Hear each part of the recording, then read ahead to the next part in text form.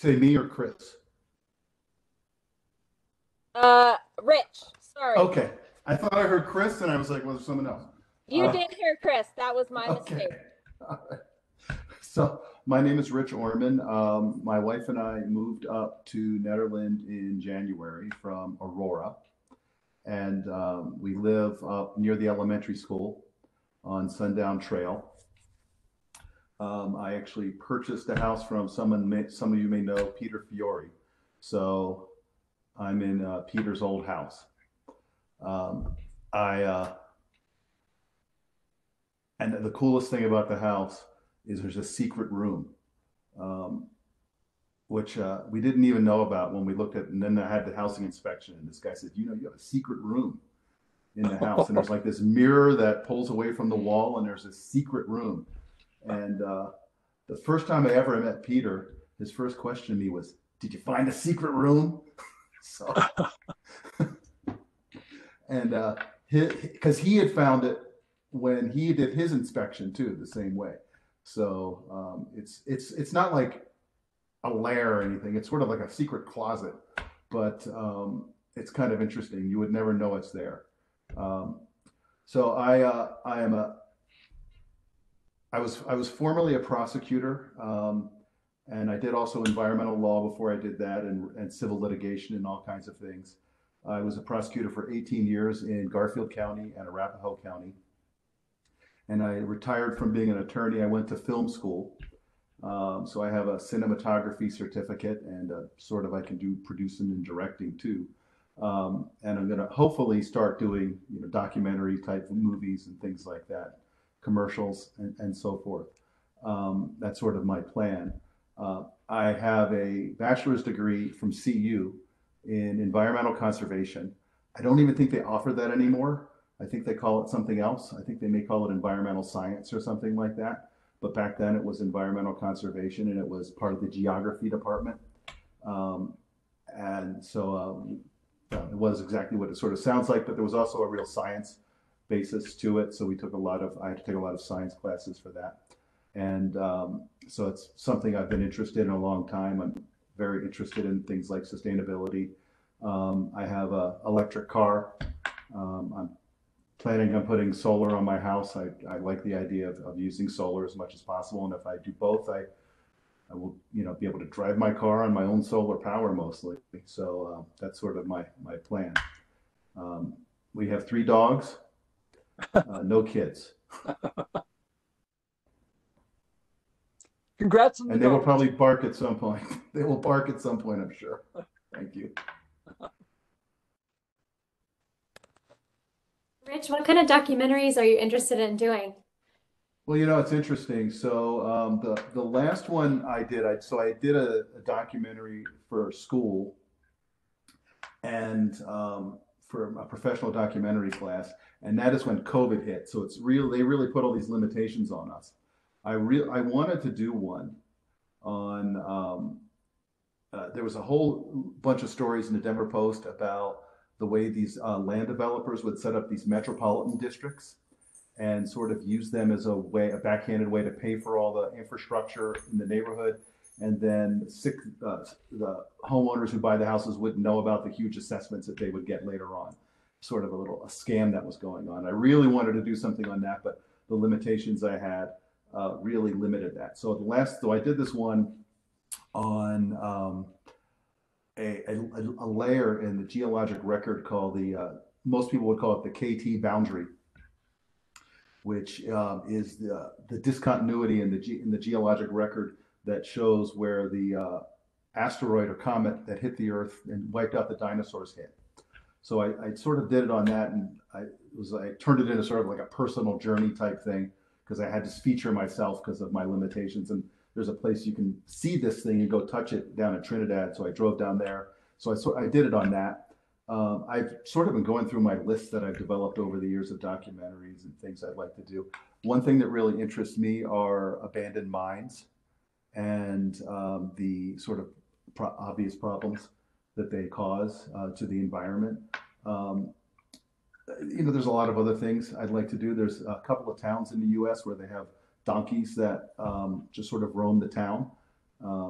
that's sort of something that interests me. So I've got a whole bunch of ideas I'm trying to cull. I also have to edit a student film that I shot, which was a comedy film. I've got to get that edited and finished. So that's sort of what I'm working on right now.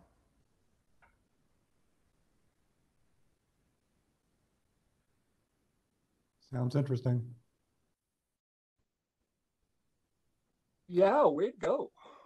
I mean, sounds like you have a second career after, or so you're in retirement then, right? You're sort of like a new career after retirement. Is that? Yeah, that's exactly right. Yeah. Wow, way to go.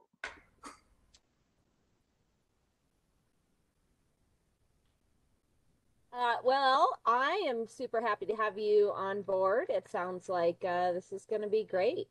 Thank you. I would like to put forth a motion that the SAB recommends Rich be appointed. I think that's, we haven't done it in a while, but do I have a second for that? Yeah, I'll second that. All right. And all in favor say aye. Aye. Aye. All right. And any opposed? No, that's perfect. Okay. It's great to have you here, Rich. Thank you. We will move on to the next agenda item, which I believe is Derek. And can I stay along as a member of the public, just to see how it goes? Yes, please. Great, great. Thank you. So I just want to do a quick introduction to Derek. Derek, I apologize if I say anything incorrect. Please feel free to correct me. But Derek and I met recently, and I thought it was important that he comes to the SAD board and share about TerraQuest and its mission and this whole idea of changing behaviors to reduce greenhouse gases. And so I just wanted to make sure that you all kind of heard directly from Derek. He's got a PowerPoint that he can share with us. And I found it really interesting myself, and I'm sure many of you will find it interesting as well. So thanks for being here, Derek. Do you have the capabilities to share your screen? I do. I thought I might just introduce tell a little bit more about myself and then share it. Please do. It won't take long. So yeah, my name is Derek Narenberg. I live over in Crested Butte, Colorado. And I'm the co-founder and CEO of TerraQuest, a little startup. And our team is distributed throughout the state of Colorado and Paonia, Gunnison, and Salida. And so we're looking to start our projects in our backyard here in Colorado. And what we do is our company is focused on incentivizing people to replace car trips or passenger vehicle trips with clean commuting. So that's walking, biking, and e-biking. And what we're doing, we're hitting the market by powering up carbon challenges. And so I'm going to show you all a little presentation about that. Do y'all have any questions about me before I get started? Okay, so let me get this going.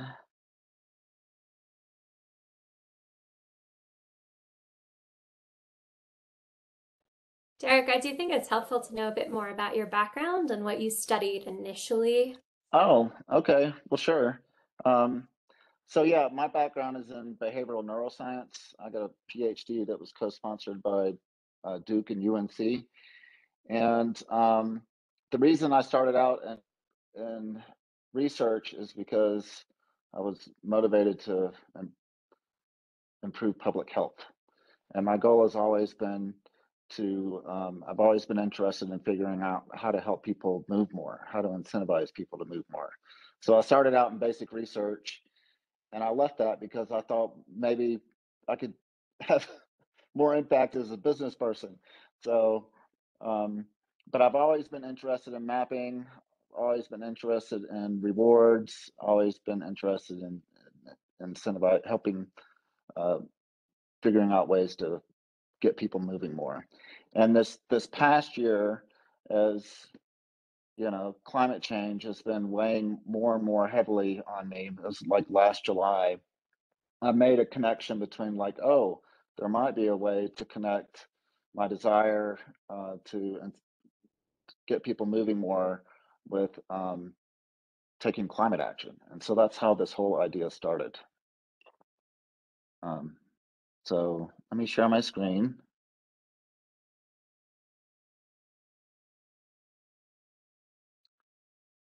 Can you guys see my screen?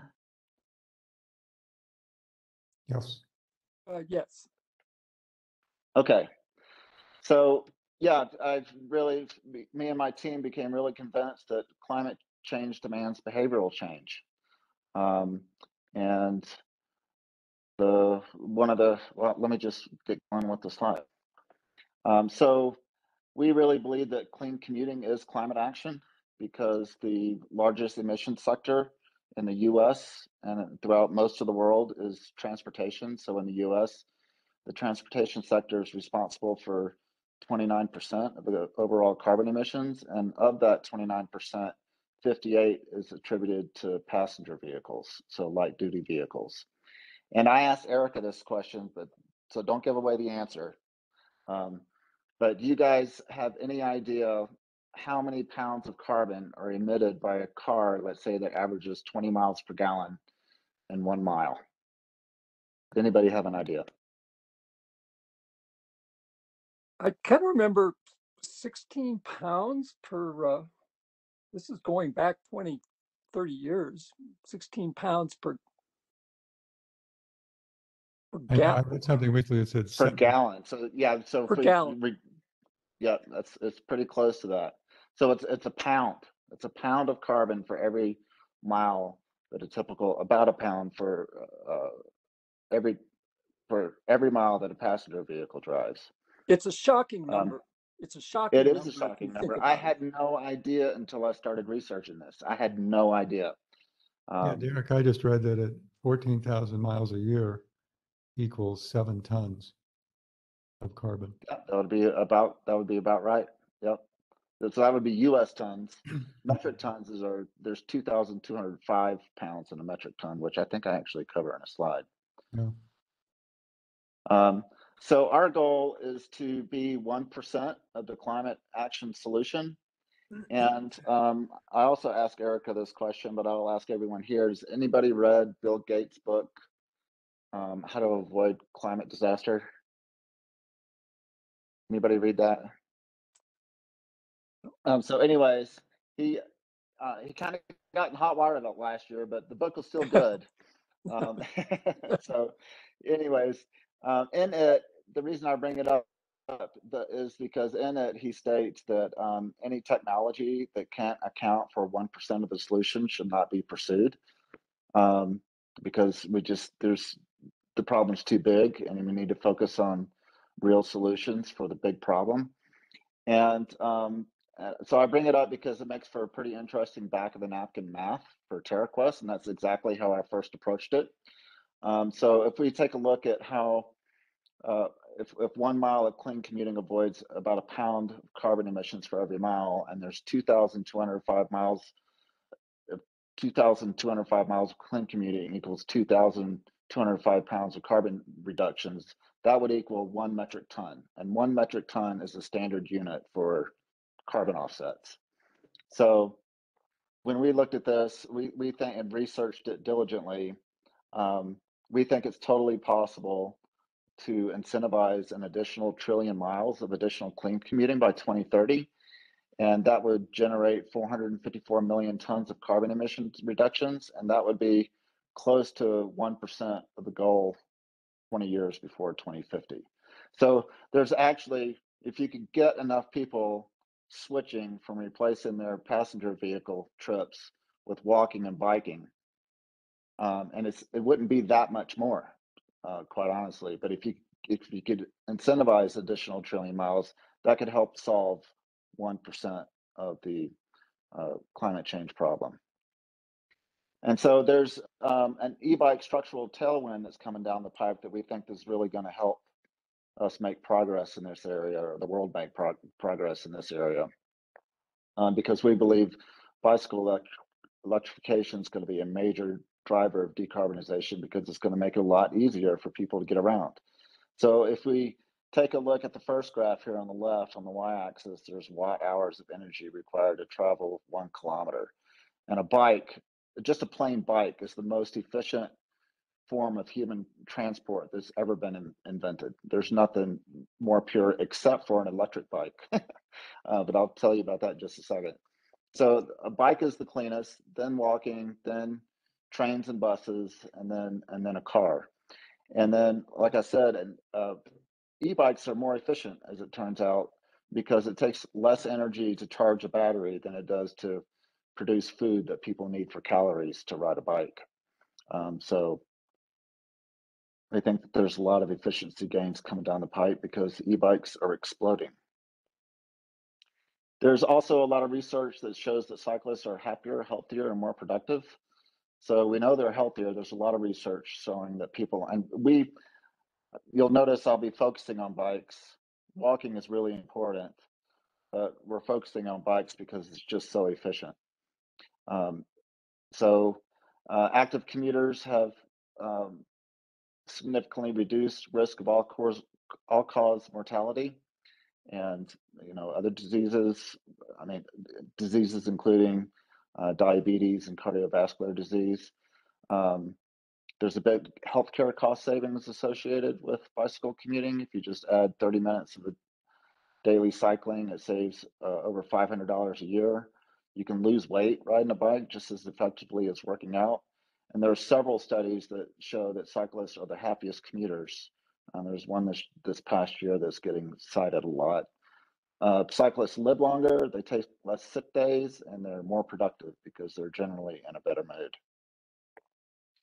Also, bikes make more sense. They're cheaper, way cheaper than cars to operate on an annual basis. I ride a 1979 Fuji road bike, and I've had it for over 30 years. The same bike, and the only thing I do is put air in the tires and oil the chain. Half of all passenger vehicle trips in the U.S. are less than 3 miles, so that's well within reach of most bikes. Like I said, the e-bike market is exploding. If a person were to choose, this was a new recent study, if a person were to choose replacing a car trip with a bike trip just once a day, that would save 67% of their overall carbon emissions from transport. Bikes can be faster for getting around. Effectively, they produce zero emissions. E-cargo bikes are coming down the pipe. One of the partners in our company is he's the sole contractor for the Amazon e-bikes cargo delivery that's coming down the pipe for urban areas. A lot of e-bikes are being now bought to replace cars altogether, almost 30%. And cities like Paris are being redesigned to be 100% cyclable. It's definitely a trend. So what we're doing is we're hitting the market by setting up these carbon challenges that are sponsored by organizations, corporations, small businesses, and our initial ones were sponsored by individuals just looking to offset their carbon footprint. And so we're finding out as we're hitting the market that towns and counties are really important nodes for climate action. It's where the most initiative is taking place. That's what we're seeing. And so we think that towns are really important nodes for taking climate action. So that's why we're presenting this idea to towns like Nederland. So how it works is that an organization would pick a mileage goal, and you could pick any kind of mileage goal that you wanted, but we're encouraging people to tie it with the carbon offsets that would be produced. And then you would pick a per mile reward, so how much you would reward people.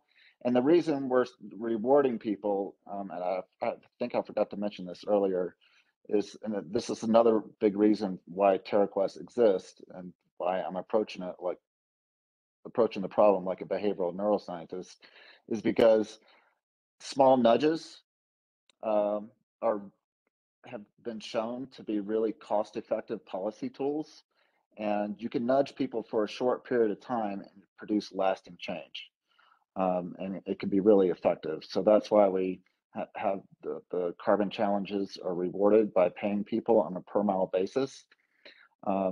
And then, so the third step would be to pick a start date, then fund the challenge, then market it. And then when the challenge goal is met, people are paid out via Venmo and PayPal. And the whole thing runs on our app, which I'll just show you in a second. So just to give you an example of how this would work. So if an organization was looking at trying to achieve 1 ton of carbon offsets, then that would be a 2,205 mile challenge. And then at 1 mile, it would be $2,205. And you can see the math there. And just to give you guys some perspective on how this fits in the marketplace. So Amazon headquarters 2 is paying their employees $350 a month. And if you do the math, like 10 miles a day, which is kind of a high mileage goal, for 20 days, it boils down to $1.75 per mile in a month. And then there's a couple of countries that are paying their citizens to bike commute to work. And so, like, for instance, Belgium is paying its citizens an equivalent of 45 cents a mile to bike to work. So that's how that works. And if you guys have any questions, feel free to stop me as I'm running through this. So how it works for participants. So we have a TerraQuest app. They can also use other apps like Strava or their Garmin devices and upload them to the TerraQuest website. So if they're using the TerraQuest app, it's really simple. They just download it, they register an account, they enter a join code. So like Nederland Carbon Challenge, they would record their clean commutes using the app. And then what happens is when they record their clean commute, their track gets recorded on a blockchain, and that establishes a permanent record of their contribution towards the carbon credit. And then they can track their progress on leaderboards. So this is a challenge. These are turning into friendly competitions. And then, like I said, when the challenge goal is reached, they get paid out via Venmo or PayPal. So we feel like there's a few key benefits that are associated with running these challenges. And I think probably the biggest one is that it's a way to take tangible climate action now.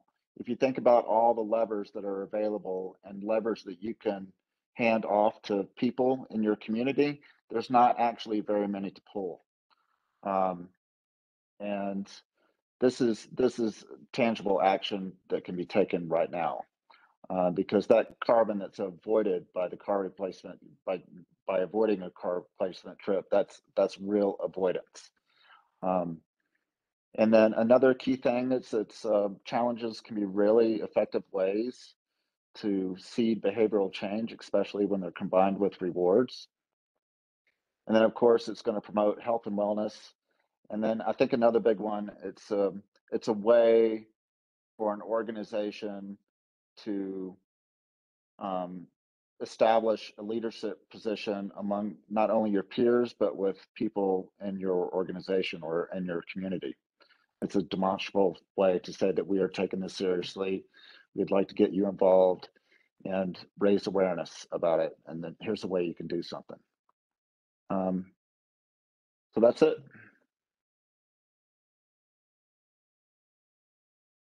It looks really good. On my screen. I like it. It looks really good. Well, thank you. I'm curious, how do you come up with the funding to pay people? Well, the sponsors pay for it. Whoever Okay. decides to sponsor it. So organizations, so like companies are sponsoring challenges. Like I said, individuals are sponsoring challenges. And, we're just now getting the message out there. So we just have a handful, but it looks like Colorado is going to might be one of the first communities to sponsor a challenge. How would they do it? Municipally or some other way? They're funding it themselves. Through, And it's actually, it's coming from go ahead. Through municipal funds? Yes. That's awesome. Derek, how much are they paying people per mile?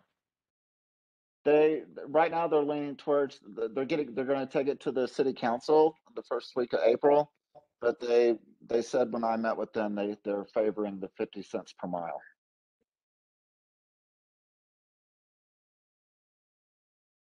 That sounds cool.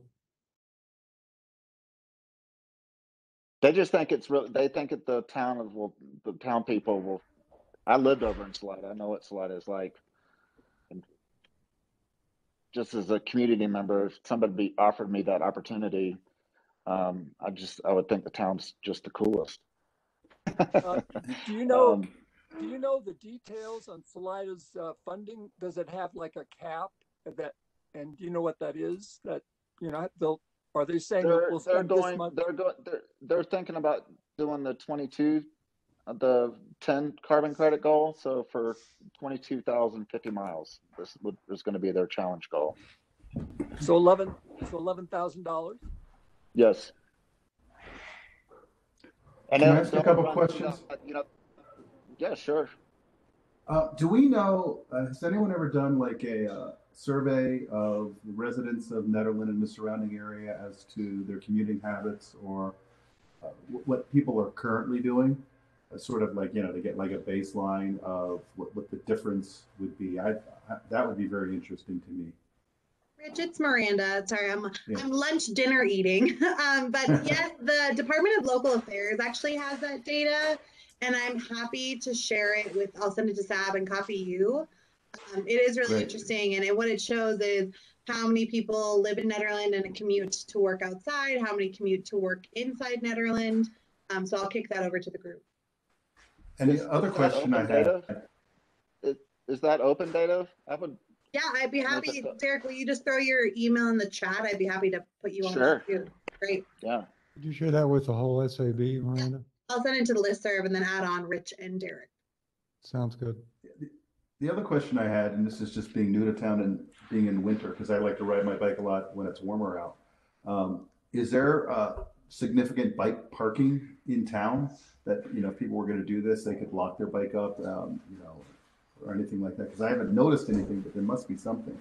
There really isn't, although current code does require bike racks, but it's going to be more specific to new development than it is kind of current. I will tell you that ProSab is taking a hard look at alternative means of getting through town, including a pump track. So trying to make town a bit more bicycle friendly.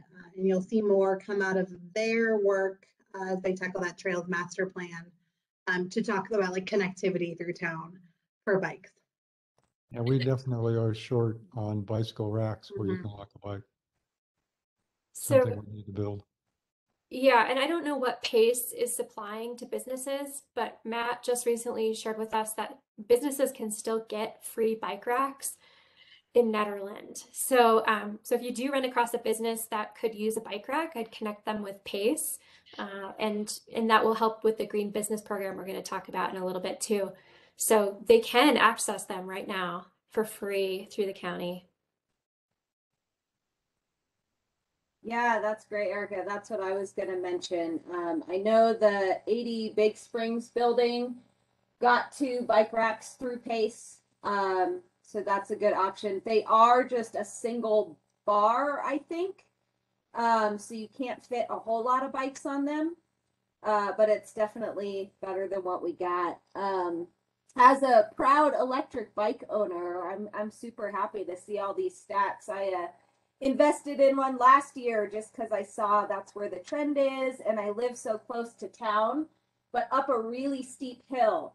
So using my regular bike, I had to walk it like the last half. So I'm happy to have my electric bike now, and I can commute in the summertime to work and back just down the hill into town.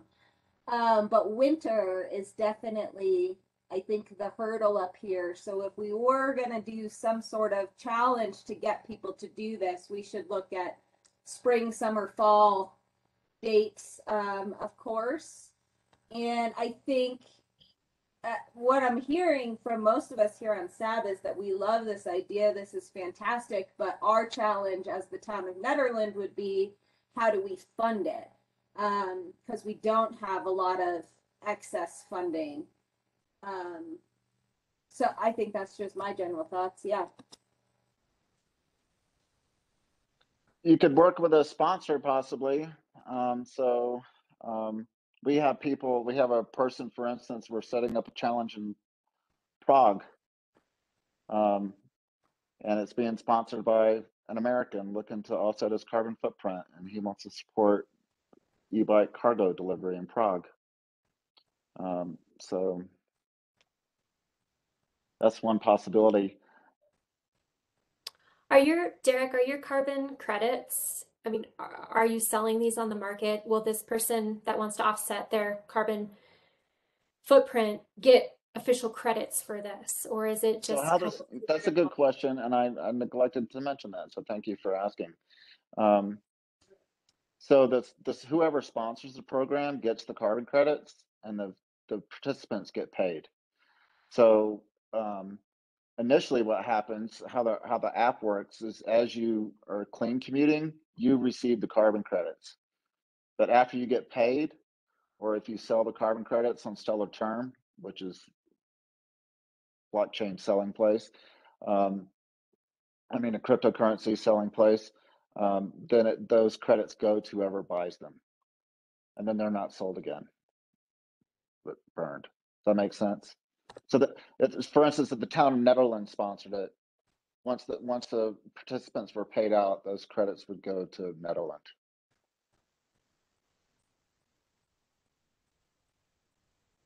That's an interesting idea, something we have explored as a group. But just so we're all on the same page, carbon credits are an annual thing. So this could help the town with offsetting some amount of its carbon footprint, but only annually. So it gets expensive. Yeah, I'm wondering if Boulder County or the state of Colorado might be interested in a program like this. Certainly there's a lot of motivation to electrify transportation, and I would think e-bike should be a big part of that. But I don't know if there'd be a grant that could apply to something like this. And if they're already paying, if any communities are already paying for carbon credits to offset their footprint, this would be another opportunity with a very tangible local impact. Yeah. Derek, are you going to present this to state government, county governments, anybody like that? Working my way up. Yeah.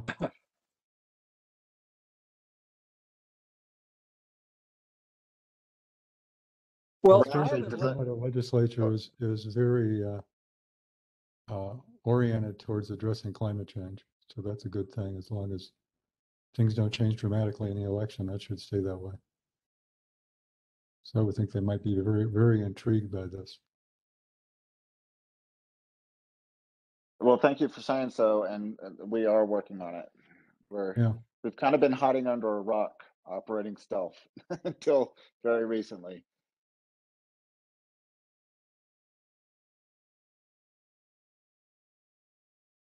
All right, then. Well, I don't want to take up a lot of time in y'all's meeting. I really appreciate the opportunity to present. It's really nice to meet y'all.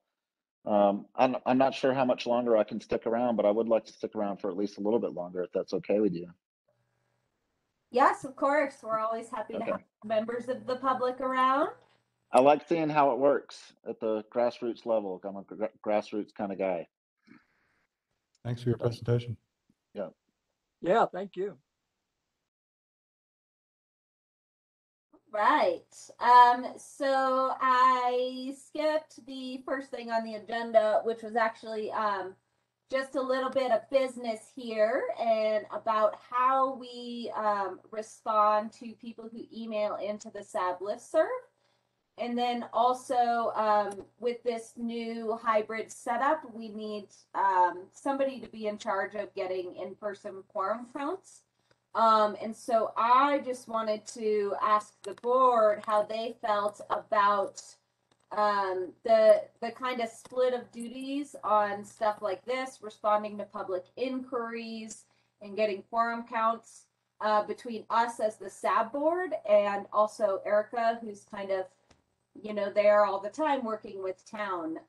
And so generally how it's worked in the past is that when an email has come in, I make sure as chair that if nobody else has already responded, that I will also respond. And it's always been open to anybody of SAB who wants to respond to that member of the public to go ahead and respond. And then we kind of come together and meet as a group. And so, you know, the most recent example is Derek emailed in the SAB, and you know, Erica and I both kind of talked to him, and I know he set up a meeting with Erica. And so I'm curious what the other SAB members' feelings are about having some of this stuff go onto the sustainability coordinator versus remaining kind of a SAB duty.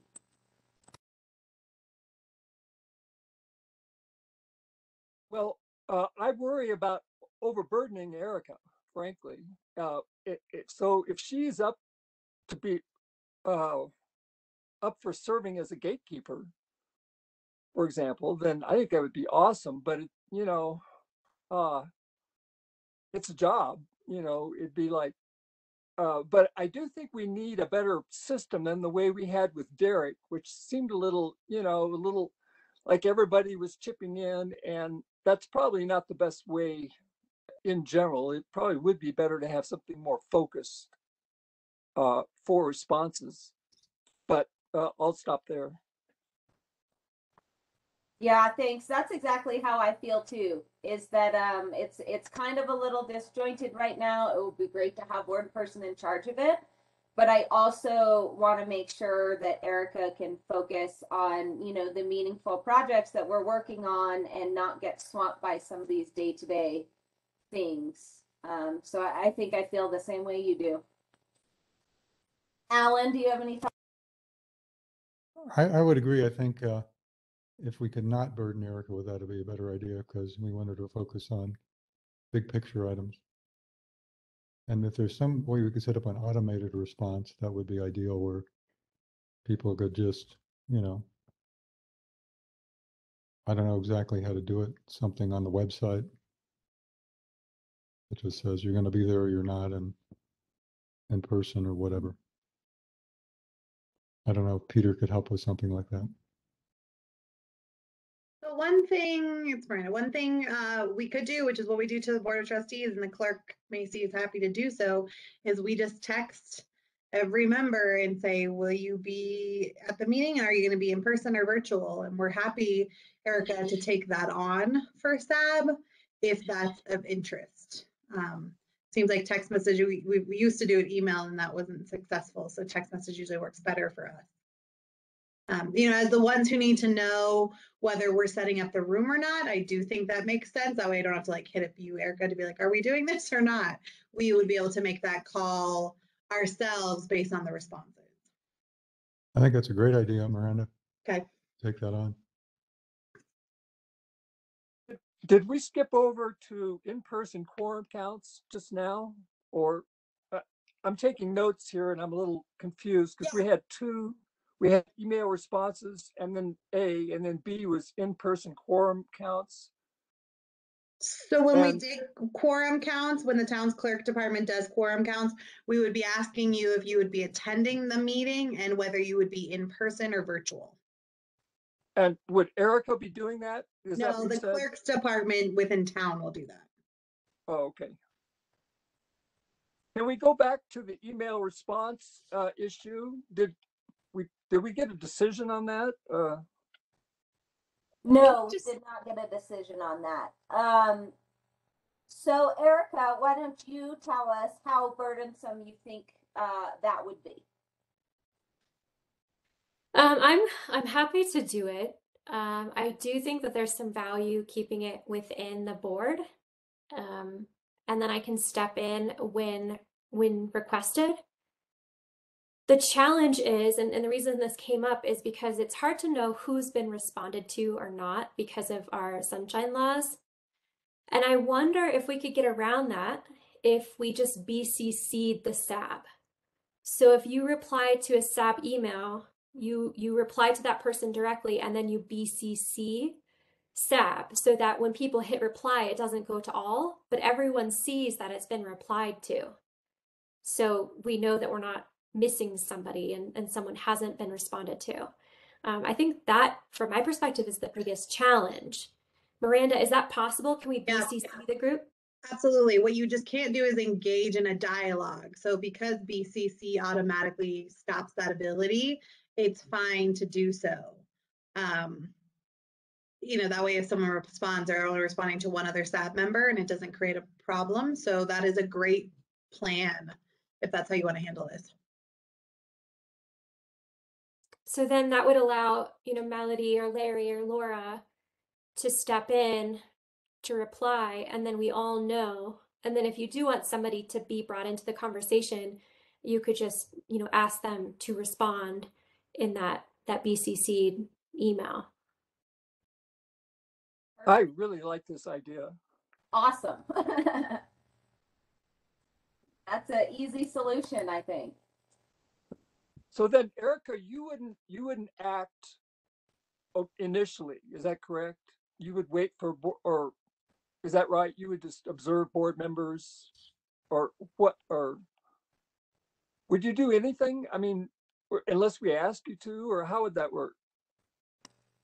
Because Well, I'm thinking about Derek, for example, and how awesome that was, that you could meet, and that was a great connection, and so, but then, I mean, suppose I had answered Derek, and then it became clear that really maybe he should talk to you, let's say. I mean, would that work? So then I would have BCC'd everybody for the initial response to Derek, let's say last week. He would have answered, and then maybe you would have, I mean, I'm just, dreaming how this would work, but then you would come in via email, and then you would communicate with Derek, BCC us. Is that how that would work? yeah, I think it can work however you all want it to. I don't want to step in unless the board wants me to.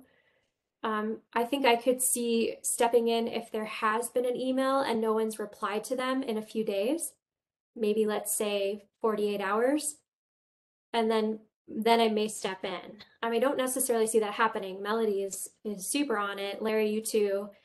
Laura stepped in with the BVSD email really quickly because that's something she's really focused on. Alan's really good at, everybody's really good at kind of getting in touch and connecting with folks. But I guess the solar garden email we had recently, the last month, Miranda replied to that directly because it was more appropriate for the town and specifically Miranda and Cynthia to answer that question. They've been working on the solar permitting and the Soul Smart designation. So I think it would be good to set up some like a triage of SAB responds. If they don't respond in 48 hours, perhaps Miranda or myself or somebody else that's attached on the SAB. I think Macy's also on the email. So we could say maybe someone representative of the town would step in after 48 hours. Thanks so much, Derek. It's great to see you again. And thanks for all your good work, and really excited to hear more about where TerraQuest goes, and hopefully Nederland can do a campaign. Yeah, one thing I just thought of, we're a member of an organization called Colorado Communities for Climate Action. It's about 35 Yes. Yep. or 40 communities. And I'd love to have you do that presentation for CC4CA at some point. I would be happy to do it. And I came across that list. I participated in the Crested Butte Community Compass meeting on their transportation day and ran across that group. I would love to present to that group. Well, yeah, I think I'll try to put you in touch with Jacob, who is the head honcho administrator, and then see if we can get a ball rolling. Right now, everybody's kind of very busy with the legislature and bills coming before the legislature. But I think once that calms down, it would be good to get you in touch with CC4CA for a presentation, and maybe Steve Fenberg, who's president of the Senate, the state Senate, because he's very environmental, and I'd love to see communities in the state jump on board with a program like this. That would be great, Alan. So yeah, just feel free to reach out to me. I'm going to send you every Saab email tomorrow to follow up, and we can just take it from there. Sounds good. Okay, it was great to meet you all. Good night. I'll let you Likewise. Awesome. continue on with your meeting. Okay, bye. Good night.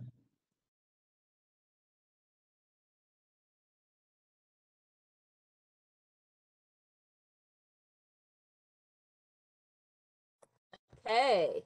So, I think we got all that cleared up, and the next thing on the agenda is the Green Business Program rollout, and the timeline for that. I think that's you, Erica. Yeah, thanks, Melody. So the Green Business Program, the plan is to launch May 1st. And this will be with the state's Green Business Tracker. We are working to try to nail down a training date with the state, and they want us to work with a climate group out of Fort Collins for training at the same time, which would be great.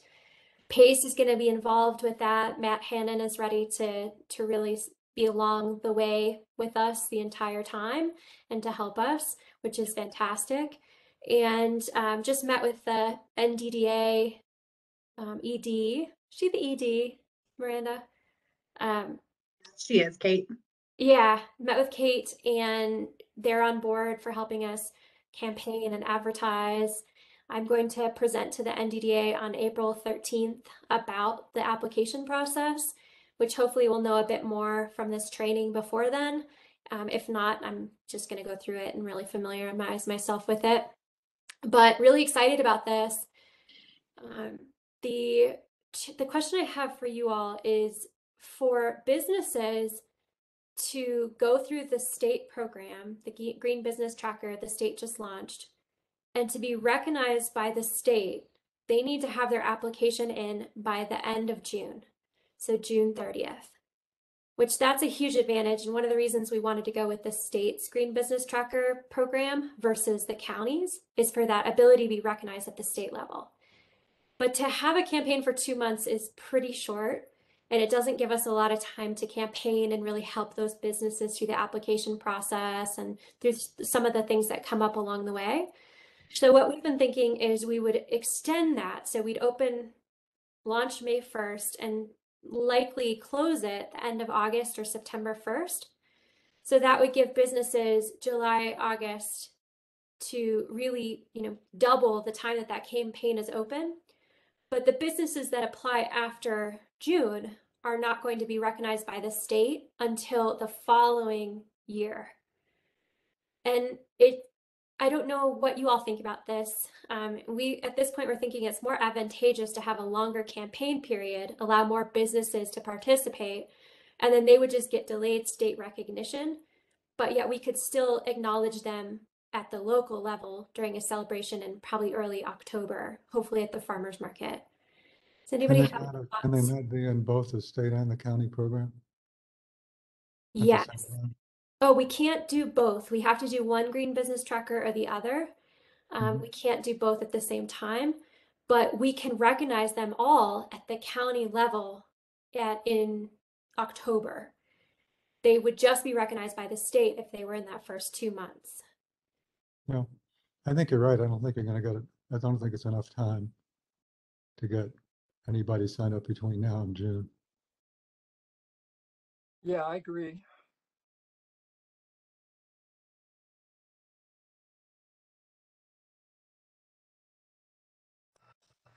Yeah, I think mostly we're looking for them to kind of be incentivized by recognition at the local level, right? And so I think having that state recognition be delayed is totally fine. I don't think it'll be a big issue. So yeah, that sounds great. Just for clarity, Erica, you were saying it would be extended till September 1st. Is that what you said? Yeah, we could say August 31st or September 1st. I kind of like the ring of September 1st. Yeah. May 1st, September 1st. That's kind of still to TBD, Larry. Okay. The May 1st is what we're got our eyes on now, and that was at the recommendation of the state. They're still in this beta testing for their program, and so they asked that we wait until May 1st to launch, which, you know, I think will still give us a good 4 months. So a couple of things. Would the state have to give permission to extend till May 1st? To extend till September 1st? Yeah, sorry. No. To September. Oh, okay. No, and the nice thing is that PACE is willing to step into our account for Green Business Tracker and to help us assess these other businesses in those last 2 months applications. So then they would help us, you know, really analyze, like, okay, how are these businesses doing? Come back with a score, and then we can celebrate where everyone is in the community.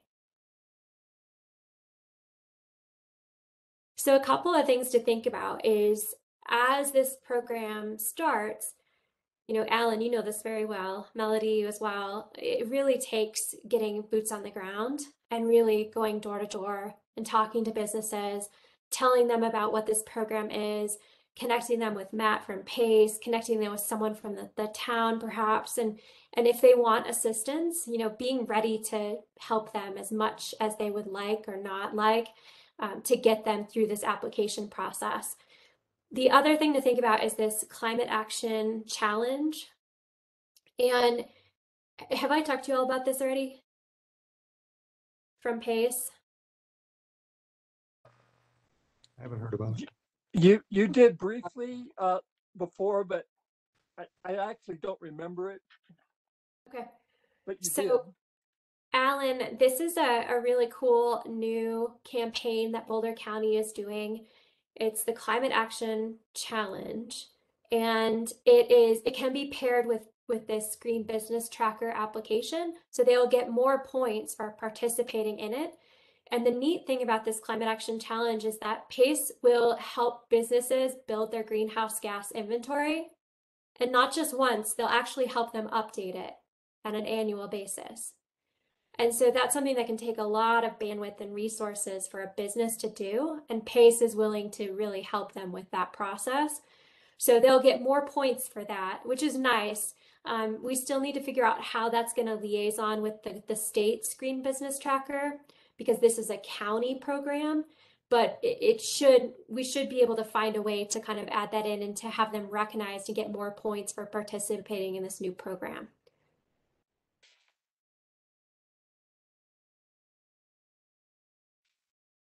I think that's all I have. Any questions about the Green Business Program? Well, I think, you know, have you already talked to the NDDA? I'm going to talk to them on April 13th. I talked to Kate on Monday, and she's on board to help advertise and campaign and spread the word. I think it'd be great if, you know, if we could get them to partner with us. And, you know, getting some people to go door to door is going to be a big ask, and it's going to be difficult. And it might be better to try to have some kind of business event where you know, invite them to someplace in town and offer them some food and have a group recruitment presentation, either food or beer or both, and, you know, get a business to help sponsor that get together and make it kind of a fun event, and see how many people we can get signed up that way. Get, you know, the Mountaineer to help us use Facebook, etc. But we really think we need the NDDA to be our partner on this to really be effective. Alan, that's a great idea, and I can bring that up when I talk to them on the 13th and see, you know, who may be interested in sponsoring it. But I think that would be awesome. Yeah, I mean, if somebody like Busey's or Kathmandu or someone like that would be willing to sponsor a lunch or an FAC or something like that, that could be a real effective way to round up a bunch of people much more easily. I do think we have a business community that is environmentally oriented. And when we went around to get them signed up for the Excel program, we had 100% receptivity. You know, when Lester and I did that, we went door to door to every business. No one said no. Then it just became a question of how do I do it? And are they going to put the application in? And I suspect we'll have a similar kind of reaction from the business community. You know, and people like Ron Mitchell he's very environmentally oriented, actually. Alan, can I ask, when you and Lester went door to door, it sounds like that was successful. Did you have a method? How did you do it? I mean, did you just wander into businesses, or did you call them? I mean, Yeah, call them you up? know, it was summer, and Lester Karplus and I just did a walkabout, you know, and went to each business and knocked on the door and went in and talked to the owner and had a real positive reception. It's not a big town, there's not a lot of businesses, but it took us a few days and it was fun. And, you know, and it was an Excel program where if you signed up, they don't have it available right now, you could get renewable energy in lieu of fossil fuel energy for the same price as your fossil fuel energy. And everybody was happy to do that. We were hoping Excel was going to offer an expansion of that because they sold out very quickly. But they declined to do that recently. Their programs are premium programs instead. You can get wind, or you can get, I think it's mainly wind that they're selling at a premium. And it's not super expensive. But the other program, what was it called? Renewable Connect. Connect was essentially a freebie. Sign up, you get a renewable energy. Yeah. For the 10-year contract, Larry, you would get the same cost as what you had been paying previously. Yeah, so it's real successful. So, but you know, the receptivity of the businesses surprised me. People here are really receptive to environmental initiatives. Larry, they were so receptive that Excel came back and said, like, what the heck were you guys doing in Nederland? Because Yeah, we had such a high percentage of the town actually sign up for this program. we had the highest percentage in the state. I mean, within their service area.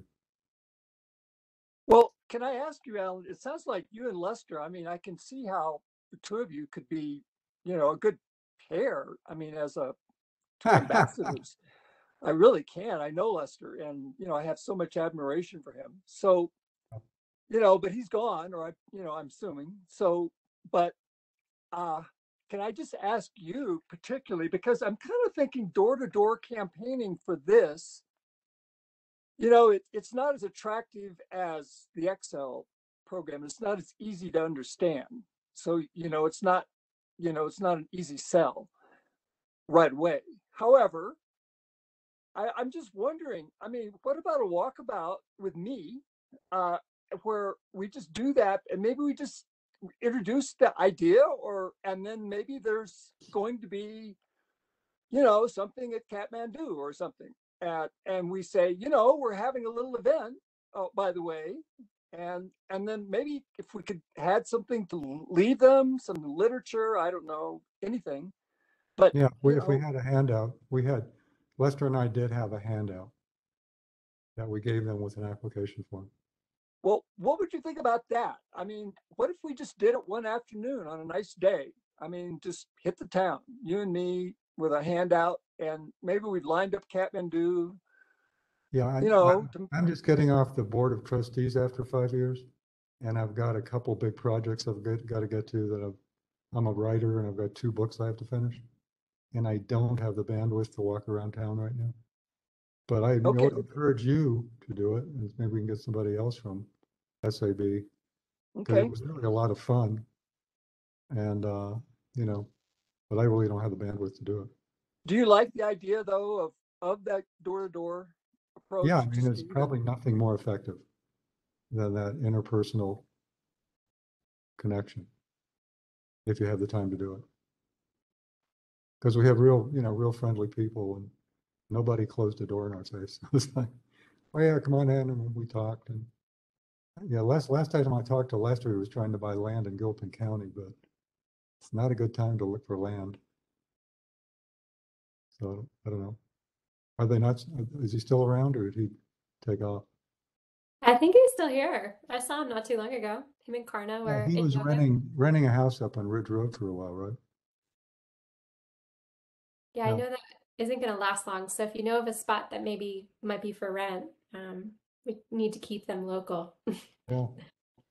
Yeah, good idea, Larry. I think um, let's circle back on that. Matt Hannon from Pace is a good person to connect with, and I think he already goes door to door for Pace in Boulder County, and I would imagine he's going to be more than willing to do that for this program as well. So we Yeah. might be able to pair you two up for that. I'm happy to come along too. That would be great. I think we should do this, frankly. It's just one afternoon and I'm retired. I have the energy. So, really, if there could be three of us, oh, how awesome that would be. But, not overwhelming, just a pleasant walk in. But that way we could answer any possible question easily. This is potentially a great program. I'm kind of excited by it. Yeah, the only difficult thing was you go to a business, the employee's there, the owner is not. Right. Then you got to come Did back. you encounter that problem? Yeah, there were some cases where, the decision maker was not there, but then we had to come back and see him, and we did. And and you did? Uh-huh. Right. So it wouldn't be one afternoon. It would be two afternoons at least. It took us, I'm thinking 3 days, not all day, Okay. just a few hours each day, stopping for coffee included.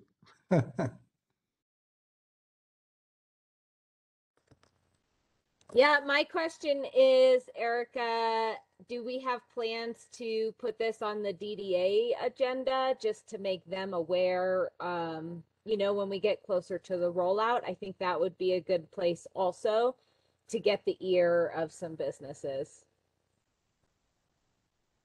Yeah, so the only thing I have planned as far as presenting to them is April 13th to kind of answer questions about the application process. Do you think we should meet with them in addition to that? I met with Kate and we have a whole kind of rollout timeline and things that need to be done at different periods. So, and Kate's on board with that from the DDA. So if there's additional things, please let me know. I'm new to working with the DDA, and so I just want to make sure that, we communicate as much as we should be and loop them in as best as possible. Yeah, that's great. I think as long as Kate is on board and you guys are communicating, she'll know when to bring it back if we need to bring it back more than once. Great. Okay. I'll follow up after the 13th and see what else would be helpful for their board. But I think they're on board with this at this point. Awesome.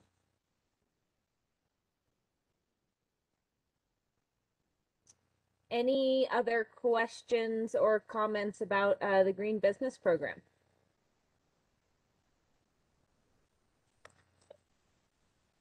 Hearing none, we can move on to the PIE graduate program.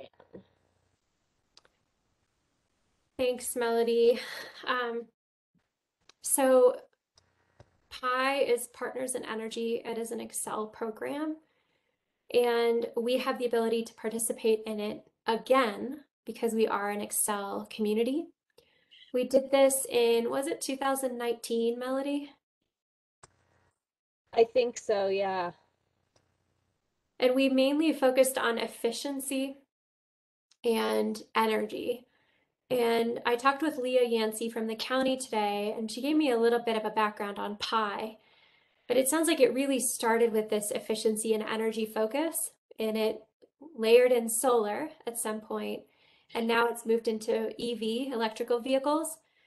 And so we are right now participating in a few different PI related groups. So one of them is this Boulder County EV Regional Planning Group.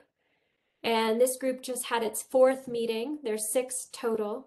And they're really trying to look at EV at a regional scale. So how do we actually work together to make this regional EV plan and get to some very aggressive electric vehicle goals by 2030? So that's one thing. But we can also take on another PI campaign specific for Nederland. And we have a meeting, I believe it's the first week of April at this point. And they asked that really we talk about these various different PI options during one meeting. It is with Becca, Alan. I'm sure you remember Becca from our last campaign with them. And so she's been one of our main contacts. And it sounds like, well, there's a couple of things. So we have this EV regional working group we're part of, and that will continue. We have the ability to access more LED kits, which I don't know if you all remember those. Larry, I don't know if you've seen those. There are these like pretty decent size LED bulb kits that Excel gave us a handful of years ago. And I know we've given out lots of them and actually thought that they were all given out at this point, but it turns out that there's perhaps 2 pallets left of these kits. So we're trying to find out how many we have and then possibly ask for more because they're really awesome. I handed out a bunch at the food pantry in the beginning of the pandemic. People were really grateful. They're a various assortment of LED bulbs, and the previous kits, the ones that we still have actually little solar, they're not actually solar chargers, they're battery backup chargers with a fake solar panel on the front that says not to put it in the sun for too long. So quite ironic. But people were really excited about it. And so stay tuned on that. We may find out exactly how many we have and if we can even get more while we still have some left. But that's a huge bonus for farmers market events and zero waste events and the town cleanup day coming up. But we also could focus on, for this graduate idea, right? We could focus on updating our previous plan and focusing on energy efficiency again.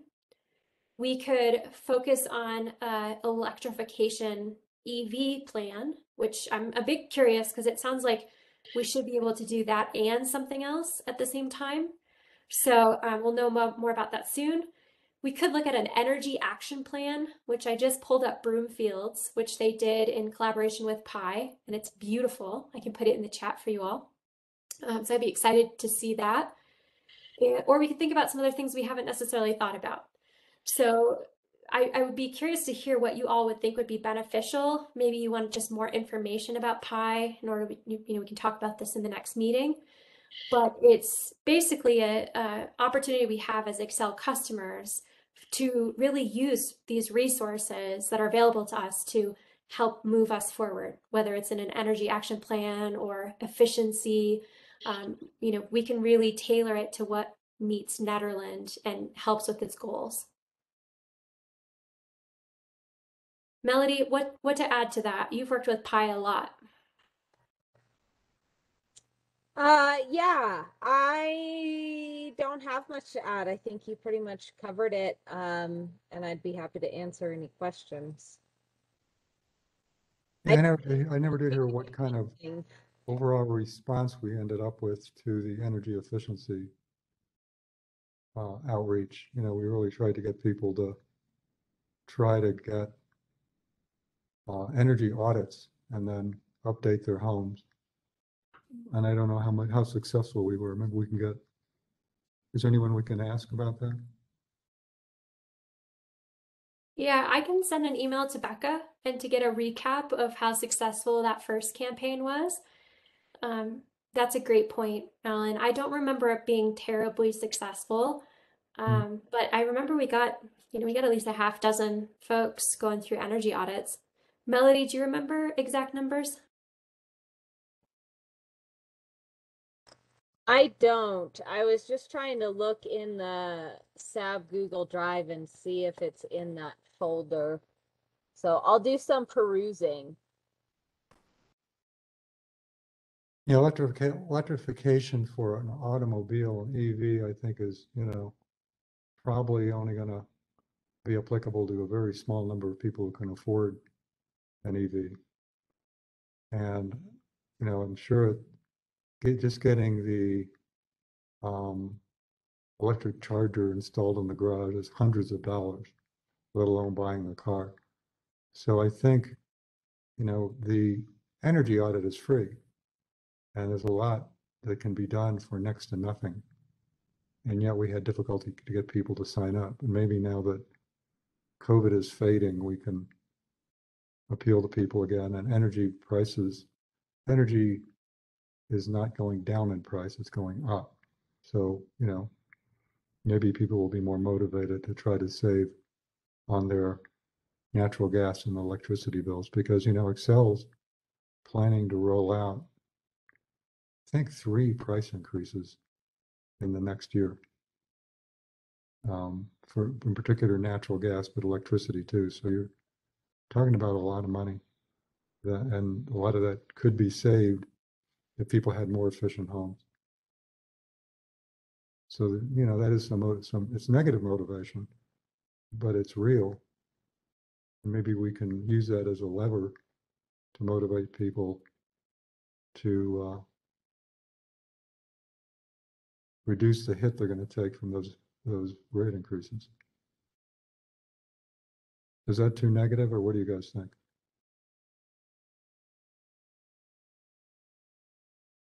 25 years ago, I worked for Boulder County one summer doing a program for kids. Yeah. And we did energy audits in homes. We Yeah. we drove all around Boulder County doing energy audits. And so I learned a lot about kids, and that was interesting. They were great kids, and they absolutely did what I wanted or asked them to do. But I'll tell you what, man, that was labor intensive, money intensive.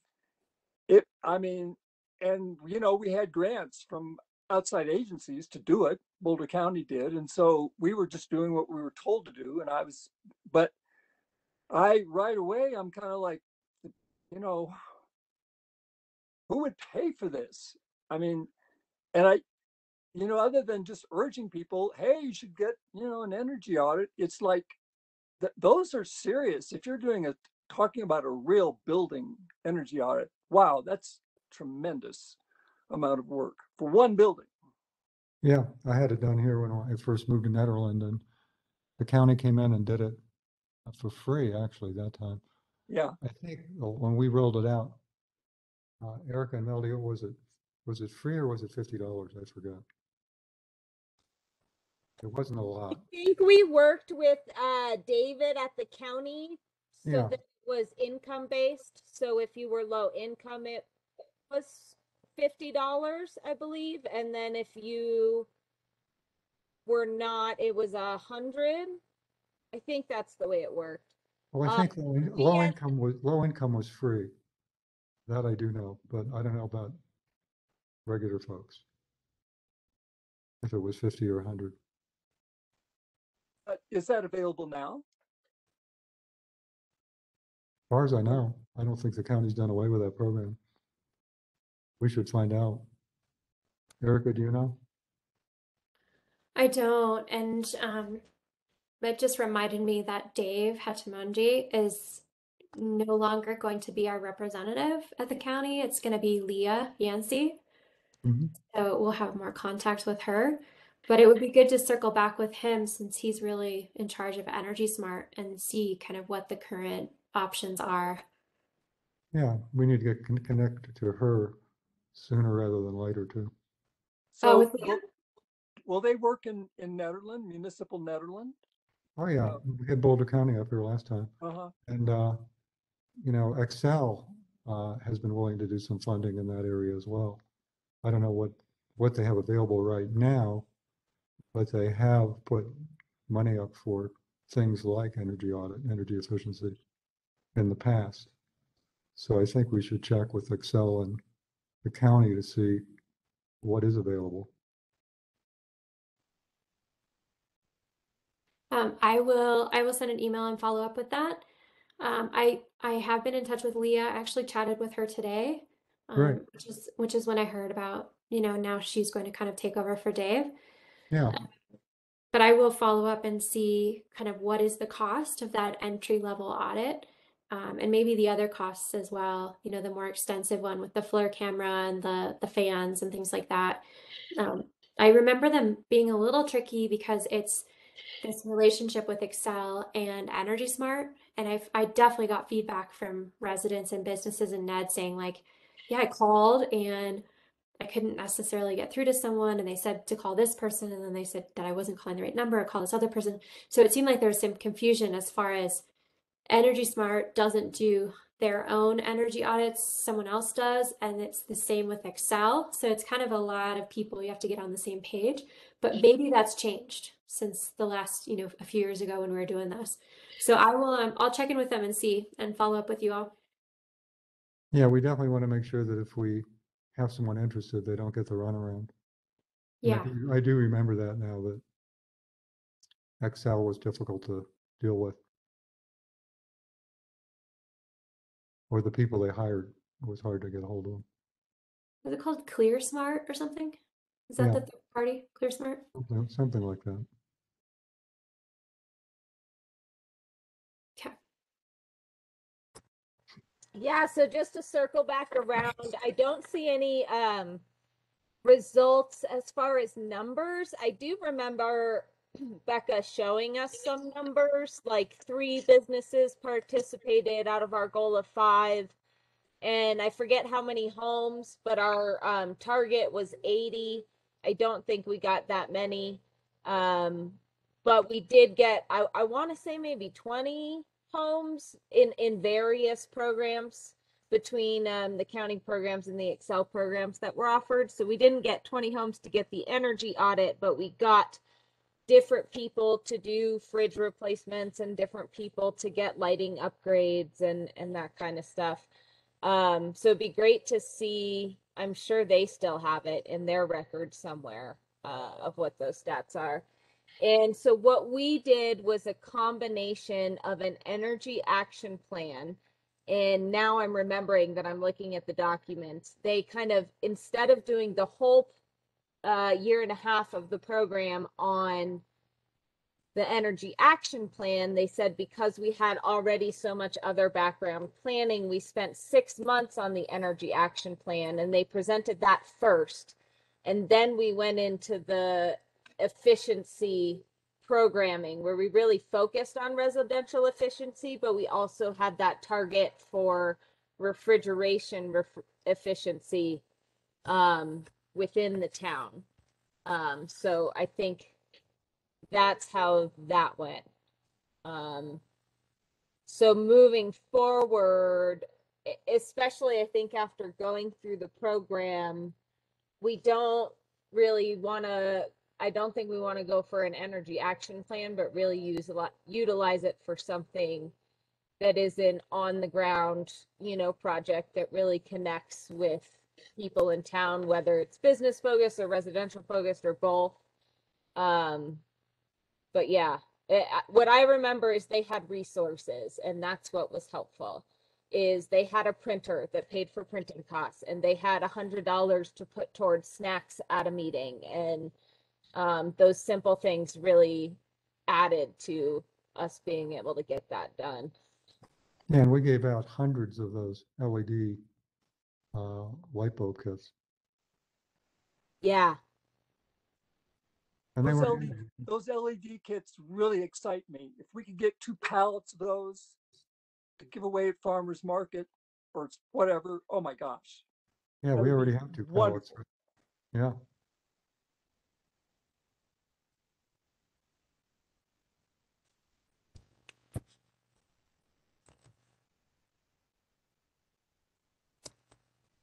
Okay, and so we are meeting. Did that date get scheduled yet, Erica? With Becca? Yeah, so I believe it's April 5th.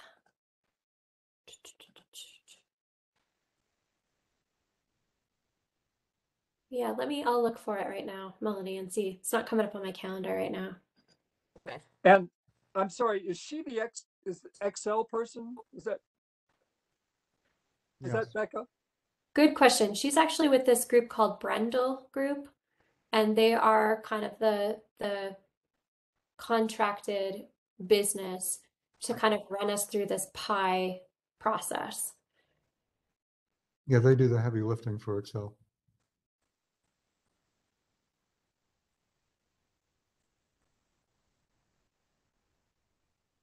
Thank you.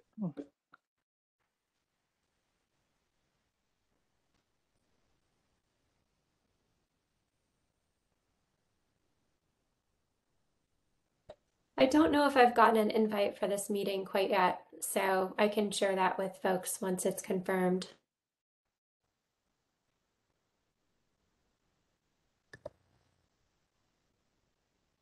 And again, for sunshine laws, we can't have more than 2 SAB board members at a meeting. Melody, I'm expecting you would like to be there, but if somebody else would like to be there, you're welcome. And it'd be great to have 2 board members.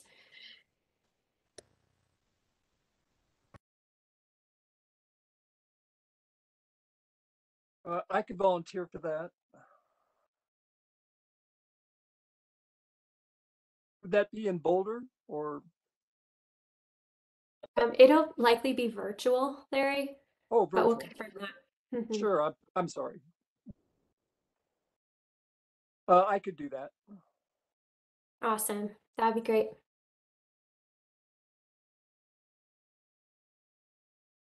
Great. So is there any further thoughts on what you want to see out of Pi round 2, I suppose we can call it?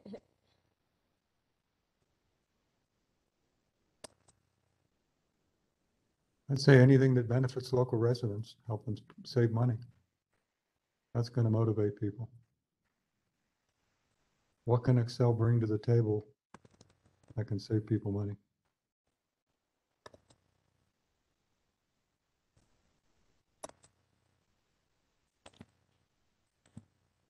All right, perfect. So the next thing on the agenda is talking about greenhouse gas emissions inventory. Yes, I have a question, Erica. You know, we discussed this with Garrett more than once. And I'm, you know, I didn't make all the meetings, so forgive me if I've missed something. And I remember him talking to Excel about trying to get numbers from them, you know, in terms of our energy consumption and translating that to greenhouse gas. And then there was the issue of the landfill.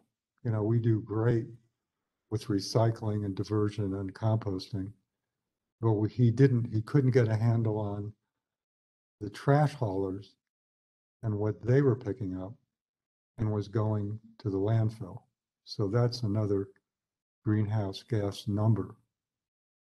And I would think those would be the two big numbers, community numbers we could get. One from Excel for electric and green and natural gas usage. The county can tell us what's going on at the transfer station. And we never did, Garrett could not get a handle on how to get the information out of the trash haulers for what we put in the landfill. And then, you know, the other greenhouse gas numbers are individual, unless I'm missing something, household by household. And I was reading, and, you know, Erica, you know this stuff inside out. So, but it was an interesting article in The Economist I just read about a guy who was one of the first inventors of a tracker 20 years ago. And it's still widely used, very accurate way to look at, kind of like what Derek just talked about. How many tons of carbon do you produce if you drive 14,000 miles a year? How much carbon do you use if you use X kilowatts or whatever? You know, you can calculate your own household greenhouse gas numbers, which we can't get. but you can get it through Excel, some of that stuff. We don't know how many miles people drive per year, et cetera. So that's my take on trying to gather this information. And I think maybe some step down the road is giving people trackers and showing that so they can calculate their own greenhouse gas emissions, and then they can decide, how am I going to offset? I was really surprised at how many tons driving produces, just like how much per mile, how much per year of an average car. 7 tons. I mean, that's a lot. And then they have numbers on flying, which the numbers for flying domestically or flying internationally. And then, one thing for the new folks, we kicked around the idea of, could we come up with a carbon offset program for Nederland, where people wanted to offset their carbon, that pay into a fund and would use that money to put solar panels on people's houses in Nederland, for example. But, Erica was astute enough to know that it's not that simple and it can't be done. But there are places you can do it. Anyway, what are your thoughts, Erica? Whoa, that was a lot, Alan. Yeah, love to circle back to the carbon offset idea. Because I did a project last semester. We called it Kirby, which I think is quite clever. Carbon reduction in my backyard instead of NIMBY, not in my backyard. So I was thinking about this idea of Kirby during Derek's presentation, right? Like, how do we bring carbon offsets to local communities? And that was it was like a double dip kind of idea, right? Like, people get paid and the town could get this carbon offset credit that they could potentially sell in the market, which it's its own conversation, right? Because that's not necessarily advantageous to all of us. But yeah, I think the greenhouse gas inventory thing is an important conversation to have. I agree, like, Excel is a big piece of this. We can get our community energy report, which is through this Pi group and Excel. So we can update our numbers for 2020. We don't yet have 2021, but they'll really give us an idea of kind of the utility perspective and what our footprint looks like. So we have that. But I talked to Leah Yancey again at the county today, and one of the things I wanted to talk to her about was this greenhouse gas inventory idea. And it was good to talk to her. Miranda, I haven't updated you on this yet, but her take basically was Boulder County built a greenhouse gas inventory for Nederland in 2016, and it's not going to be very different from 2016. So what I picked up from her was that it may not be the most advantageous use of our time and our resources to really go back and to try to redo that. Really, her suggestion was look at population and look at utility, and you could adapt it from there, and it would still be very accurate. So that's one thing to think about. And that's something you could use with the state for applying with grants. Yes, that was her take. And so I would be curious to circle back with Miranda about that, because I think that is important to know if that will qualify. But that is an advantage. Boulder County built those inventories for small mountain communities in their footprint. So we have access to that. The other thing that Leah mentioned today was that the county greenhouse gas inventory in 2016 covered scope 1 and scope 2 emissions. And the county right now is interested on doing a new greenhouse gas inventory that also covers scope 3 emissions. So scope 1 and 2 is going to cover power plants. It's going to cover transportation within your borders. It's going to cover some of those basic emissions that are easier to calculate. Scope 3 is going to cover consumption. It's going to cover the footprint of manufacturing an electric vehicle outside of that jurisdiction, outside of that town limit. And so communities that are looking at scope 3 are going to see an increase in their emissions, but it's much more accurate an idea of what is actually a community's footprint, given all of the things that happen within that boundary. And so right now, after my conversation today, I need to scribe an email, as long as you all support this, basically telling the county how helpful that 2016 inventory is, and the fact that they pulled out these Nederland, and Lions and these communities separate, so that we could really see what our picture is. And then asking for them to do that again if they do actually do this this updated 2022 scope 3 greenhouse gas inventory. And I don't know, I would imagine you all agree, but I'd love to hear from you. Would that be valuable to us and our work in Nederland to have a real picture of what our greenhouse gas inventory is with this additional layer of consumerism? I certainly think so. I'm just really excited to hear this. I'm really excited. I mean, the idea that we have a 2016 inventory, that's usable, or it could be updated in different ways. And then the idea that maybe we could return to them, to Boulder County. Oh, this is incredibly important. This really is something. Way to go. Thank you for uncovering this. My gosh. Well, this is very exciting to me. I can't take any responsibility. This is happening. This is because we get to benefit as being part of this community and part of Boulder County. But yes, I agree. It's very exciting. Miranda, do you have thoughts on this? Sorry, I have to apologize. Someone came in the office, so I had to step away and I didn't put it in the chat.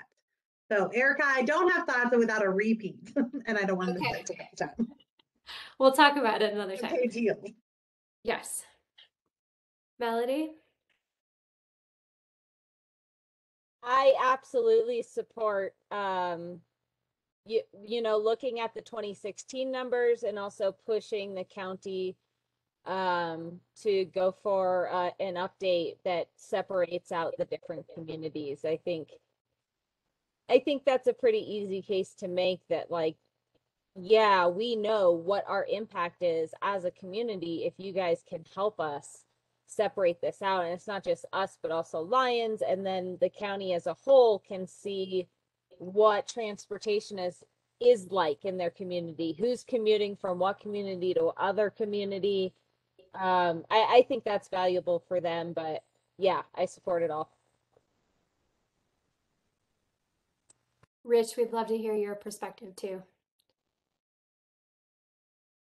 Well, I think that having that kind of baseline data is key to being able to have any type of understanding of what's going on. So I completely agree with all of that.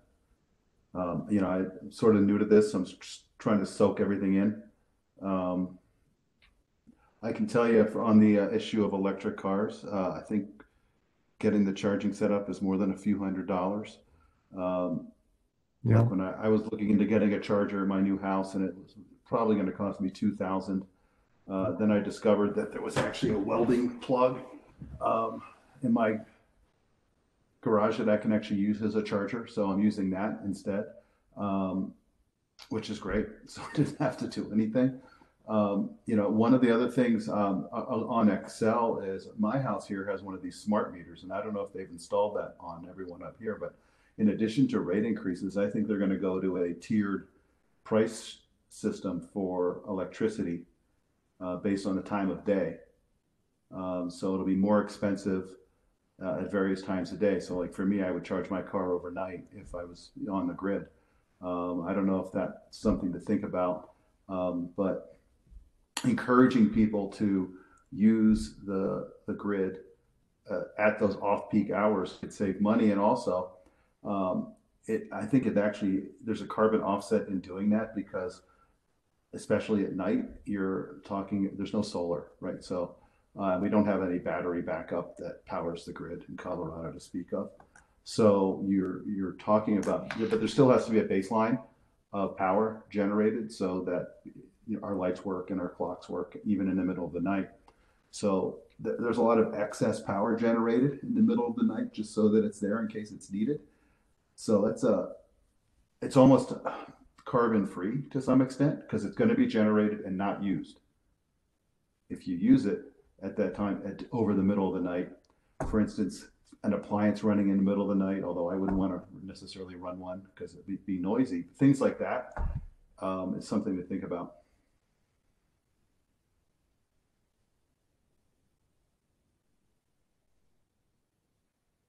Yeah, all good points.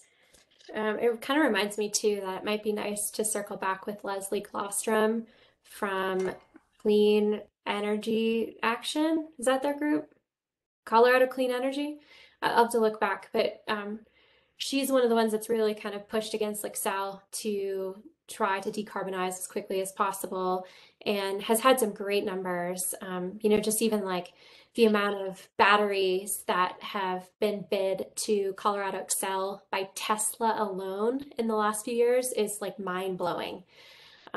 So, you know, I'll circle back with her and see if she can come back and kind of talk to us about, you know, what is actually most up to date with Excel and some of these rate charges and things like that, and really just kind of get our finger on the pulse again, because it brought up lots of great important things that are changing really quickly right now. Can I make another point about electric cars? Yeah. Owning one, having bought one, and thinking about buying another. One thing that, and you know, they're as was said, they're not cheap. Even the less expensive ones are not cheap. But coupled with sales tax in Netherlands, that adds, you know, that's a big check that you generally write when you buy one of these things, because it's not like they included it in the price of the car. You actually don't pay it until you go to the clerks and try to get your license plate. And so you're actually, like, I think when I got my license plate, it was like a $3,000 check I had to write to get my license plates the first time. And that was in Arapahoe, where the taxes are lower than they are in Nederland. And if the town wants to encourage people to like drive electric cars or use that, I would like to see some thought in the future to an electric car specific sales tax rebate or abatement to make it cheaper to buy these things. Because when you're talking about, I think with that sale talent is like 4%, something like that, right? So when you're talking about a $80,000 car, that's, you know, like $3,000 added onto it just for the town's sales tax, not including the state and the county and the whatnot. So it's a big expense and adds to it. And if we want to encourage this, it doesn't. Yeah, Rich, that's a brilliant point. This high EV regional group that I mentioned that's having these discussions, they're on the fourth one of 6, that's being brought up over and over again, is how do we actually incentivize people at their pocketbook to go for these electric vehicles. And there's been talk about really trying to drop the costs at the DMV, trying to also maybe the dealership could facilitate some kind of, you know, these rebates at the state or maybe the federal level, so it's not an additional thing that folks have to do to like see that money back. I mean, there's a lot of discussion, I think, trying to do exactly what you said and really drop some of these additional hurdles to getting an electric vehicle, considering you can't go buy that many used ones at this point. Really, you know, new is going to be the, you know, one of the best options, especially for battery life and for these tax incentives. So yeah, brilliant point. And hopefully we'll see some changes in that direction. Yeah, the ones that are two-wheel drive, front-wheel drive, are a lot less expensive than all-wheel drive. And up here, it's hard to get by with two-wheel drive. And you know, unfortunately, I've been looking at this. The all-wheel drive ones are, you know, significantly more expensive. yeah, and Tesla does not get the federal incentive anymore. So, and I think it's like 70 or 80% of all electric vehicles in the US are new ones registered with Tesla. So most of them, I mean, so you get the state incentive is pretty good. It's $5,000, I think. You know, the feds for like the newer companies like Ford, not GM, it's $7,500. So it's, but then again, it's just it's on your taxes next year, so it's not an immediate thing. And the immediate sticker shock is that sales tax. Right. Yeah, so if you want a Hummer for 100,000, you get a deal. So GM So I don't think GM gets the rebate anymore because they had the Volt for forever and the Bolt Oh, and the that's right. Bolt. Yeah. So yeah, And the Volt's a good little car. yeah, ain't no Tesla, but it's a good car. Yeah, but two-wheel drive, like the Leaf. Yeah. Well, you can get a two-wheel drive Tesla too. 50,000. I think they raised the prices, so it's about 50. Yeah. Yeah. Well, I wonder right now how much overall of Netherlands sales tax is coming from electric purchase vehicles. And I'm wondering if that's something we could petition the BOT for, to, if not for 1 year, but maybe even for longer, but something like that to waive the sales tax on the purchase of a fully electric vehicle. Melody, that's going to be a Tabor issue that you'd have to take to the voters. The Board of Trustees doesn't have the authority to make that decision. Okay. Yeah, I'd I think still that'd be be worth it. doing because I agree, Melody, there's probably not very many And EVs. you could always do it in a coordinated election, so it's not like you have to wait 2 years. If this is something SAB wanted to pursue, you could do it with Boulder County, but you would just need to get, you'd start first with a resolution before the Board of Trustees proposing Tabor language, and then we take that to Boulder County to get it on one of their ballots. Yeah. Well, you make it sound easy. I mean, if we're just putting language together to take to BOT, and that's it. That's all we would have to do, but then you need to probably petition for people to vote for it, which I'm sure does not, I don't know how controversial it is. I think anything with taxes can get a little dicey. Oh, I forgot about that. It's totally Right? But we're No talking, matter which direction it's going, it's going to get dicey. but we're talking about not taxing people. Right, that's true. Who knows? It gets wild around here. Right, and so I think it's more that like you want to make sure that you're advocating, you're getting ahead of it. That as we gather pro and for and against statements, or that you push it out there so people are educated about it. I would recommend though, if this wasn't an urgent matter, you put it on a municipal ballot versus coordinated, because I'm just not sure that we don't really then have control over the Tabor notices, and it's not really handled in-house. So it's something maybe, unless people are passionate about this needing to occur before 2024, perhaps you look at doing it in 2 years from now. I think that's a good idea. Yeah, absolutely. And I think it's something that is going to be a long project, getting an issue on the ballot and getting people to vote for it. So I don't see a need to kind of speed it along. I think taking our time and really planning how we want to go about it, how we want the language to look, is a good idea.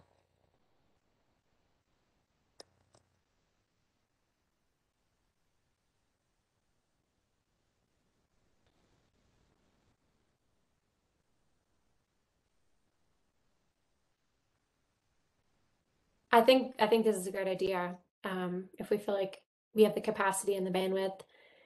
And I do think it fits along with this larger Boulder County EV conversation, and maybe at the state level as well. So it does seem like appropriate timing. There are people talking about this exact thing right now in other Boulder County communities.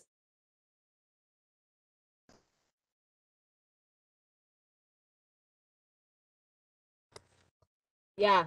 Well, that's kind of well, not really, but is a little bit of a sidetrack from in the inventory of greenhouse gas emissions.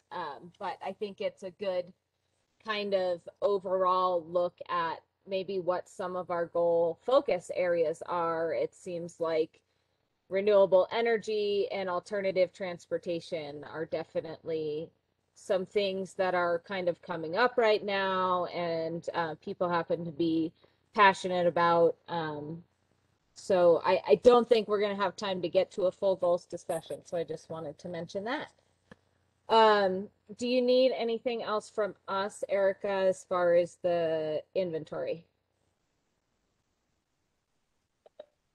I don't think so, not at this time. Yeah, I'll come back around with some updated numbers at some point here, and we can look at this 2016 inventory.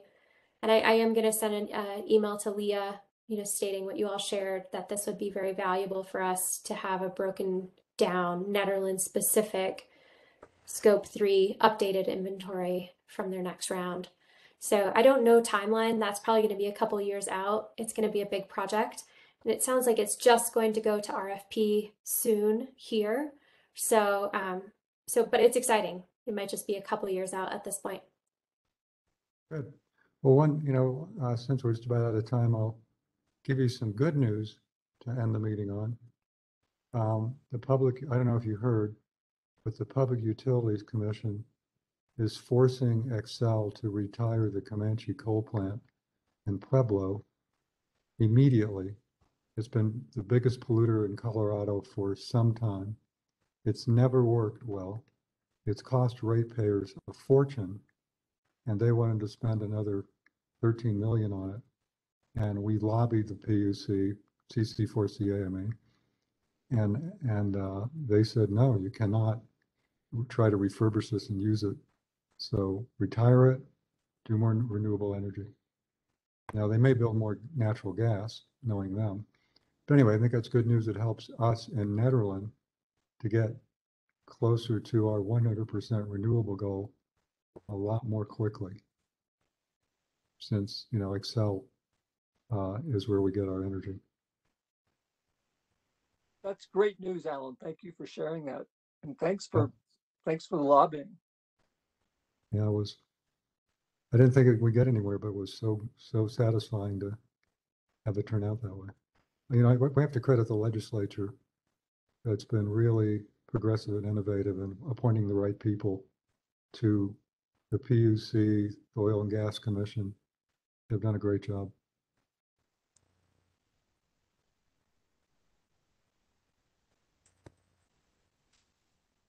That's great. So the other thing here is Clean Energy Summit Solution. I did not get a chance to look at that, Erica. Do you want to give us maybe a brief rundown of that? Sure, Miranda, please feel free to step in if you'd like. Clean Energy Summit Solutions is a summit that's happening through COSA on April 26th, and they are charging folks from the industry and kind of general participants to attend this summit, but municipalities like Nederland have been invited to come for free. And this is a really amazing opportunity. They have met with us and asked us kind of one of our big challenges at this time. And the challenge that we highlighted was this. We are a mountain town seeking to create a community solar garden with a flagship garden within city limits, but is facing land constraints. And so the plan is that at this summit, we will actually have access to multiple experts at different aspects of the solar field to help solve this challenge for Nederland. I tried to make it a much broader challenge of, our 100% renewable, but we were recommended to go more focused and to really think about this community solar garden idea. So we again would like to limit it to 2 SAB members just for the Sunshine Law. But if folks are interested, we can actually register more folks representing Nederland to come and have this conversation and this brainstorming event focused on Nederland reaching its goals. One thing to add to this is the town of Lyons actually just received a grant, a DOLA grant, for a $1 million solar garden. And I don't know many details about it quite yet, but it is through a mineral and energy DOLA grant, which it sounds like may not be accessible to us at this time. We have another one out that we need to finish. But interesting thing to think about, considering it's been a solution to our 100% challenge, that we've identified for years now and haven't necessarily found a great way to kind of move it along within town limits. So yeah, if anybody's interested in attending this, please reach out and we'll share the registration code. We just will only be able to have 2 SAB members.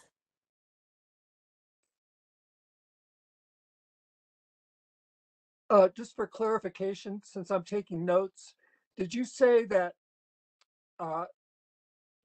that Netherlands, how I put it, presentation focus would be on a community solar garden for this? Is that accurate or not? Yeah. So, and Larry, that's a bit more complex than that because we don't necessarily have land available for a solar garden. So the quote is, a mountain town seeking to create a community solar garden with a flagship garden within the city limits. So having some kind of iconic, perhaps smaller garden within the town of Nederland as this like visual indicator of, you know, this is a commitment we've made, but maybe there's a sister garden, maybe down in Weld County or somewhere else in the flats that can be more competitive given the location and the landscape. So we could actually win a bid for a solar garden. Does that help? Is the conference virtual or is it in person? It's virtual. Okay. Yeah, it's pretty much all day. I think it's 9 to 3 or 4 on April 26th. Okay.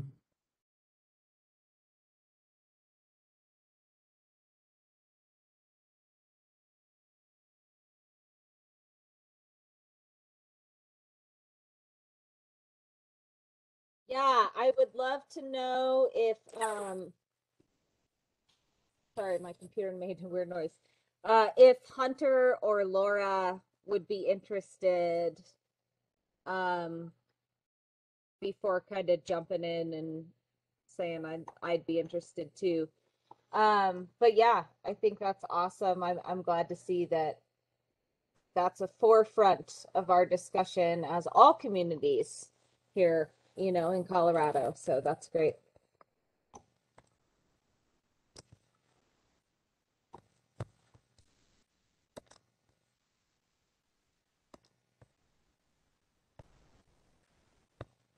All right.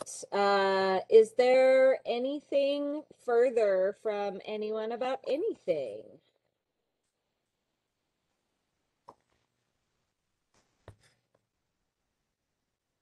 Then I will look for a motion to adjourn the meeting. Well, I will make that motion happily. Okay. Perfect. And is anybody opposed? Hearing nothing. Meeting is adjourned at 8:50 p.m. Thank you all. I thought that was a really good discussion on a lot of cool projects. So Netherlands' future is looking bright. Welcome, Rich, to the discussion. We're happy to have you. We'll hope you'll be appointed here for our next meeting on the 4th Thursday of April. And we'll probably all be in touch a little bit by email between now and then. Thanks, everybody. I was just going to add something real quick. Yeah. I do wonder if we should circle back and just have a conversation about attendance, just to make sure people really understand that, like, if we don't have quorum, we can't actually have a meeting and really have a discussion or vote on anything. So I think that just might be a valuable thing to circle back on. Yeah, I'll follow up with an email to the whole SAB board with a reminder about that goals document and to be thinking about that in the background. And I'll put a reminder in there about quorum and also kind of the goal of hopefully at some point being able to meet in person again as well. But yeah, that's great. Thank you, Erica. Yeah, I guess for us, Alan, will you be at the next meeting in April? I'll be officially off. Yeah, so Alan will need to decide, Alan, put you on the spot here, if you're going to apply to be a SAB member. Otherwise, we then continue with our vacancy. Right. And then Rich is actually gone. The next Board of Trustees meeting on the 19th. Rich, I can put your appointment on still. You just wouldn't be there. I don't know if you care. Otherwise, we would put your appointment on May 3rd. If I need to be there, we'll have to do it May 3rd. My wife wants me to go to Spain. Well, you should go to Spain for sure. Yeah. You don't have to be there at all. We've had plenty of appointments where the Okay. person isn't there. So if you don't mind, I'll just Okay. put it on consent agenda. Cool. I don't mind. Okay, sounds good. Have fun in Spain. Yeah, thank you. Don't chase any bulls. Well, actually, she's going horseback riding in Spain, and I may try to slip over to Belgium, Luxembourg, and the Netherlands. We'll see if that happens. Wow, that'd be amazing. Sounds Take like fun. pictures. Oh yeah, I always do.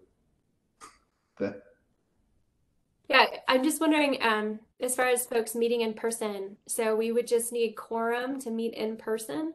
So whenever that happens, I will plan to be in person as well, but it really is going to be focused on board members that can be in person and the whether or not we do it or not, virtual or hybrid. I think Larry, you were comfortable in person, and Melody, correct? Yes. Yeah. Rich, I think you would be back by then. The next SAB meeting is on April 28th. And if I thought I read your email quickly, you were gone till the 24th? Yeah, I could be here and I could be in person. No problem. Correct. So that's at least our core. Nope, Yeah. not yet.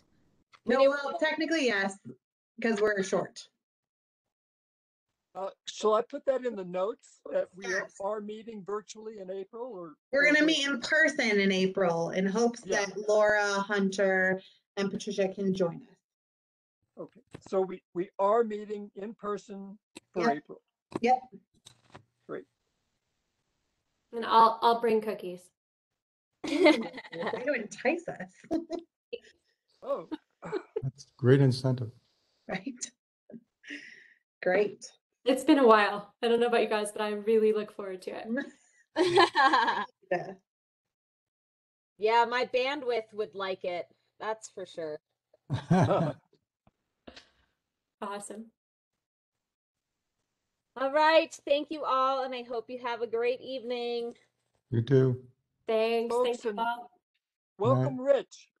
Yes, welcome, Rich. Thanks for Yeah, being here. thank you, Rich. Thank you. Good night.